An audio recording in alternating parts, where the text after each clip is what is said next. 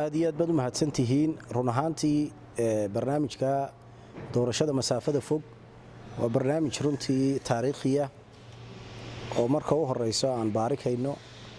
in dadkeennu ay uga faa'iidaystaan waxa weeye maanta social media ama digitalka in waxa weeye aynu ku dabaqno in dadkeennu si sahal ah ugu codayn karaan barnaamijyada noocaas oo rabitaankii dadku uu si sahal gees ilaa gees uu ku gaari karo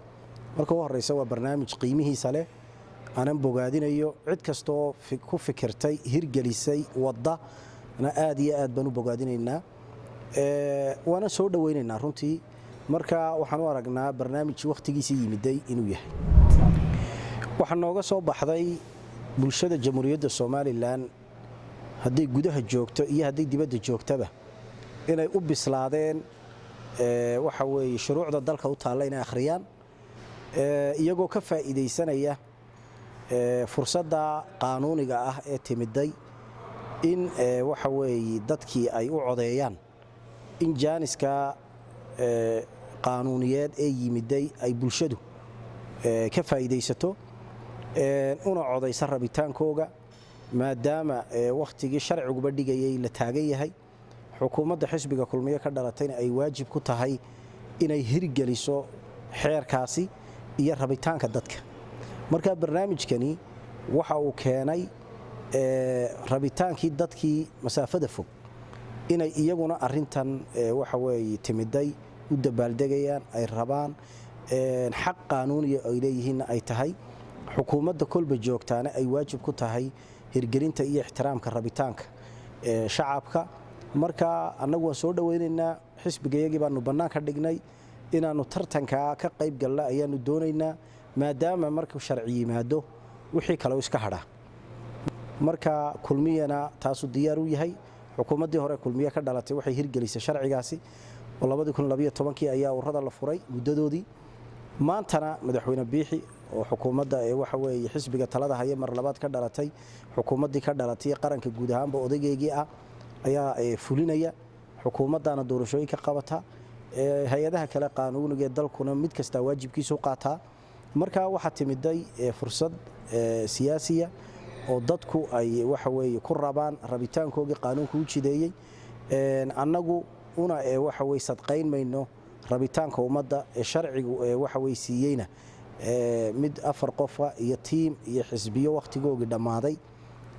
u sadqayn mayno marka waan soo dhawaynaynaa diyaarna waan u nahay inaanu doorashadii galno horta waxa muhiima dawladaha qadariya inaynu inagu imika ka noqono horta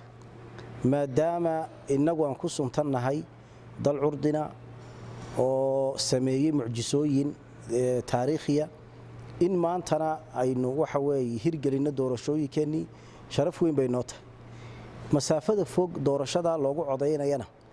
in aynagu dawladda koobaad ee baawargaraysa ee tixgelisa ee ku dhaqantay inaan noqonnana aad iyo aad baan u soo dhawaynayaa xisbi ahaan annaga sharaf bay noo tahay markii la qaaday labada tallaabo midda ururada lagu furayo in shacbigu ay soo dhaweeyeen iyo midda tartanka xisbiyada rabitaanka iyo hogaaminta iyo sida kulmiye dalku u mahadiyeyna inaanu number 1 kaga jirnaa iyadna waa sharaf weyn oo waxay tilmaamaysaa xisbiga iyo dalka halka uu gaarsiiyay iyo horumarka uu hiigsanayo iyo kalsoonida ku tacalluqda ama waxa weeye salka ku haysa in qaranka Soomaaliland qaran ahaado oo uu jiro oo uu joogo oo uu horumaro horta marka horeysa waan u mahadnaqayaa waana u ducaynayaa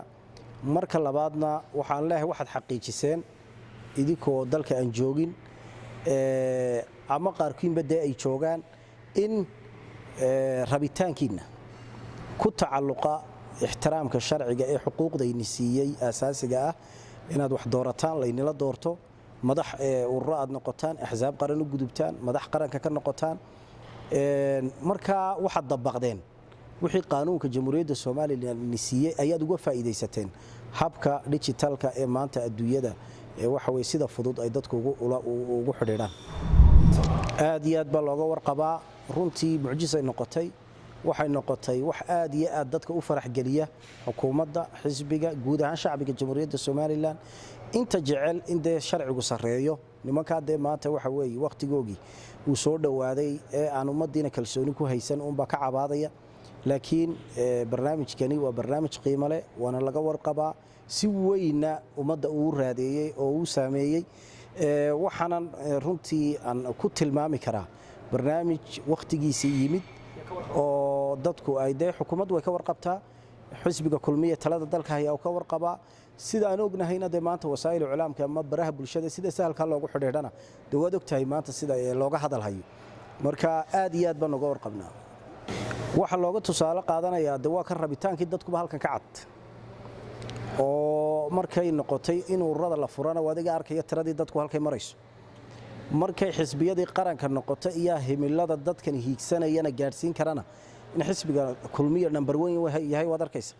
marka waa kalsooni baan ku qabnaa waana soo dhaweynaynaa in barnaamijkaasi kow dadkeenu way ku adagtay in wax la joogteeyo in barnaamijka la joogteeyo oo rabitaanka dadka lagu cabiro oo casri laga dhigo oo waxa weey la tadawuriyo oo heer gaadha